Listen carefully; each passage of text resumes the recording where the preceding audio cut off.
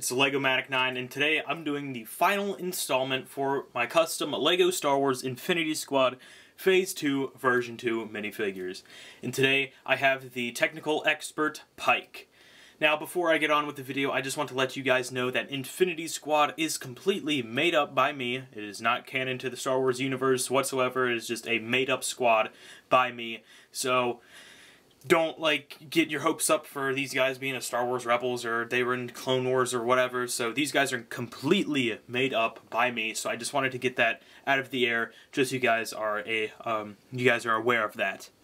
So with Pike being the technical expert, he is usually in charge of hacking into computers or anything like that, and he's also in charge of communications. So I'll get into that a little later. And he also has some pilot training too, in case the squad gets into a jam where they don't have a way to get picked up by a gunship, so they would just have to hijack some sort of vehicle, so he's the guy that would be able to fly it.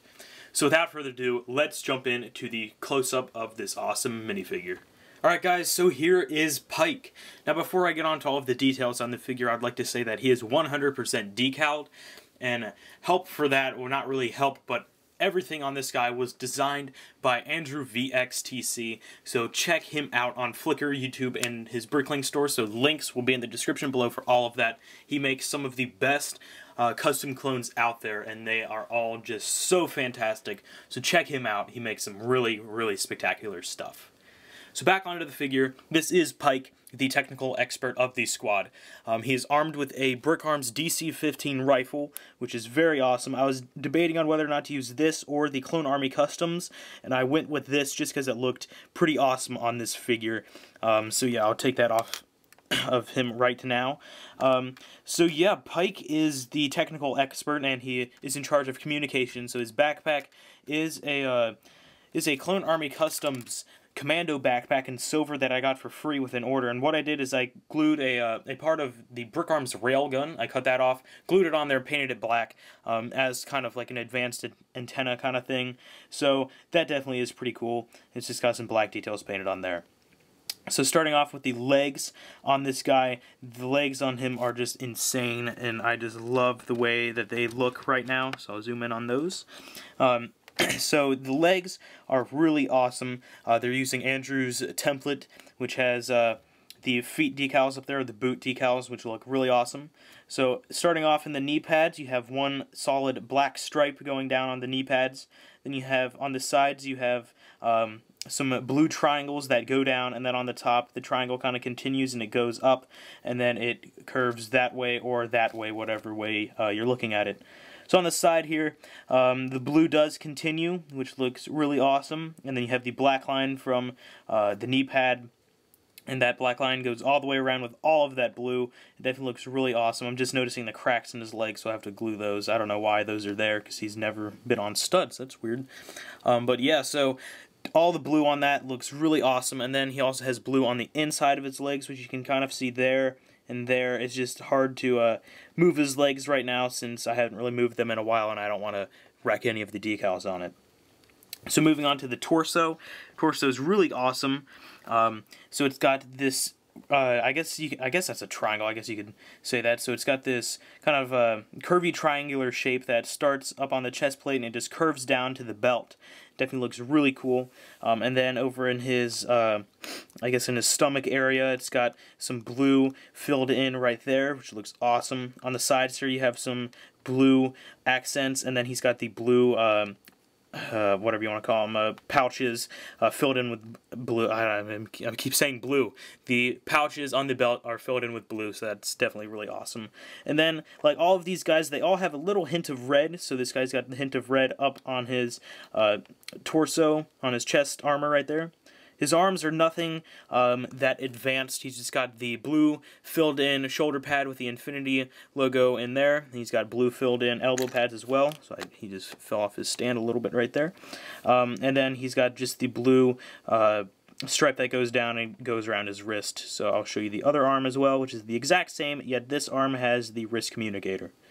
So backpack, I already showed you that. I'll show you guys the back decal in a little bit. His helmet is an was a blank white Aerolite Trooper helmet, which was then, Andrew actually applied all of the decals on the helmet, so, because I don't want to wreck it, because the helmets are, in my opinion, some of the best parts of the figure. So the helmet is really spectacular on this guy. So all of them have the Phase 1 style visor, which looks really sweet on this guy especially.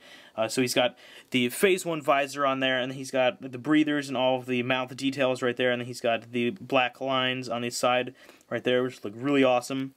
And he's got these really awesome blue, kind of abstract looking designs on the side of his head right there, which look really awesome. I really love how those look.